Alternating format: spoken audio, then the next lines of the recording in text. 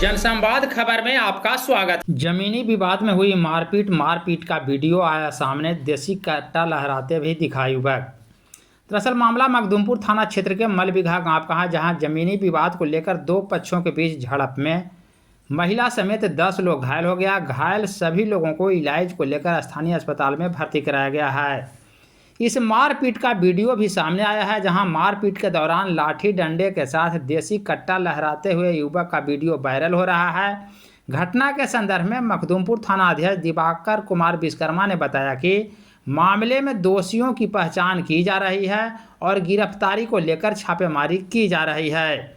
इस रिपोर्ट में आप देख सकते हैं किस प्रकार कुछ लोग हाथ में लाठी डंडा लिए हुए हैं और दो युवक हाथ में देसी कट्टा लेकर आगे बढ़ता हुआ दिखाई पड़ रहा है।